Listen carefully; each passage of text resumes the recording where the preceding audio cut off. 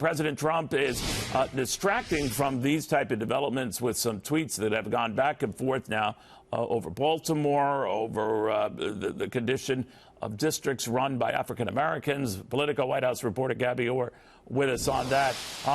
Now it's just a mud fight, and I'm just wondering, even when the president is right, do some of his backers feel it's sounding and being translated all wrong? What are you hearing? His campaign thinks that this is at least working to his advantage, Neil. But if you look at poll after poll, when Republican voters have been asked whether or not they think the president's Twitter habits are beneficial to him and to his re-election campaign, they typically say that they wish he would tweet less. And I think it's moments like this where these controversies erupt, where you see politicians on all sides, Democrats and Republican, condemning the president's outbursts, that it really does tend to hurt him. But again, if you talk to his campaign officials, they will tell you that this is all part of a coherent strategy to capture the attention of disaffected voters who are worried about major cultural change in America. They're specifically targeting white working class voters and union households in places like the Rust Belt states that Trump won in 2016, who they think they can reach by stirring up these controversies. You know, so far poll numbers within the Republican Party vindicate him and this approach that he's taking, and then maybe some people see through the hypocrisy of his critics, like Al Sharpton, for example, famous for Tawana Brawley, an African-American woman who apparently lied about 4 white men raping her, that it's a bit rich for someone like him to claim about inciting, racial attacks. So maybe that is changing it, but not so with independents and people for whom the president would probably want to reach out, right?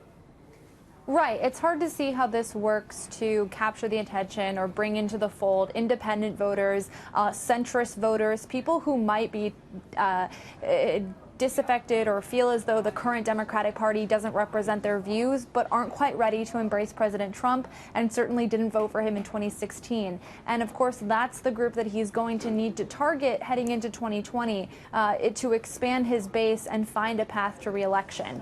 And if he can't get those voters into his fold, if he can't get them to vote for him in 2020, it's difficult to see how beneficial this strategy actually is. Gabby, you and I have gotten into this before. The president's people like to remind me that they think that support is there. It's just that they're afraid to admit it in polls. And they talk about record low unemployment rates among Hispanics and African Americans, that is surely going to resonate at the polls with groups who might not give him a majority, but they would certainly give him more of each vote sector than a Republican has enjoyed in the past, like Hispanics and African Americans. What do you think of that?